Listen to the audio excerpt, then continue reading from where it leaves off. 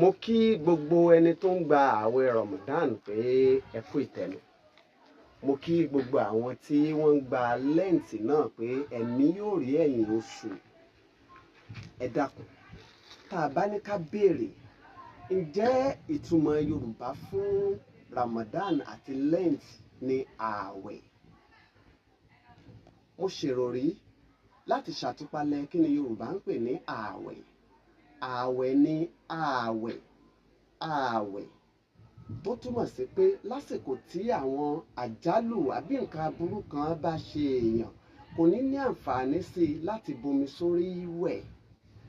Ní ọ̀pọ̀lọpọ̀ àsìkò tí à ń sọ yìí, tí àwọn baba ńlá wa tí wọ́n gbé Ramadan àti lẹ́ǹtì wá nígbà náà, àwọn tí wọ́n jẹ́ Yorùbá wọ́n gbàgbọ́ pé àsìkò náà máa ń kó àwọn ní papámọ́ra láti má lè wẹ̀, ni wọ́n fi wò ó pé àsìkò àìwẹ̀ ni.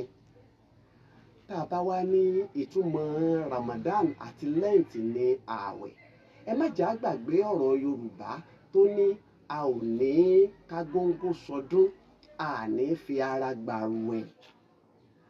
Tó túmọ̀ sí pé pẹ̀lú ọ̀rọ̀ Yorùbá yìí, ó ṣàfihàn pé ààwẹ̀ kò lè ṣe déédéé ìtumọ̀ Ramadan àbí lẹ́ǹtì. Ẹ jẹ́ ká wá ìtumọ̀ míì fún Ramadan lédè Yorùbá àti lẹ́ǹtì kó má bàa jẹ́ ààwẹ̀ tí wọ́n ń sọ pé ká má máa fara gbà. Èyí tèmi rò pé ó yẹ kó jẹ́ ìtumọ̀ tó tọ́ sí Ramadan àti lẹ́ǹtì ni ìṣẹ́ra. Ìṣẹ́ra ni ìdákẹ́ ohun tí à ń ṣe tẹ́lẹ̀ láti má ṣe é mọ́.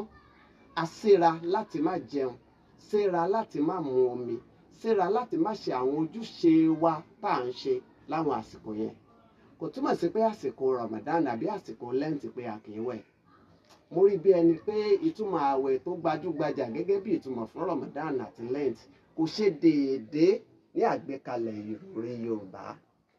Ìṣẹ́ra ó bá mu ju ààwẹ̀ lọ. Kí lẹ rí sí ọ̀rọ̀ yìí ní abala àríwísí? Ọlálékan Tìjání lórúkọ mi.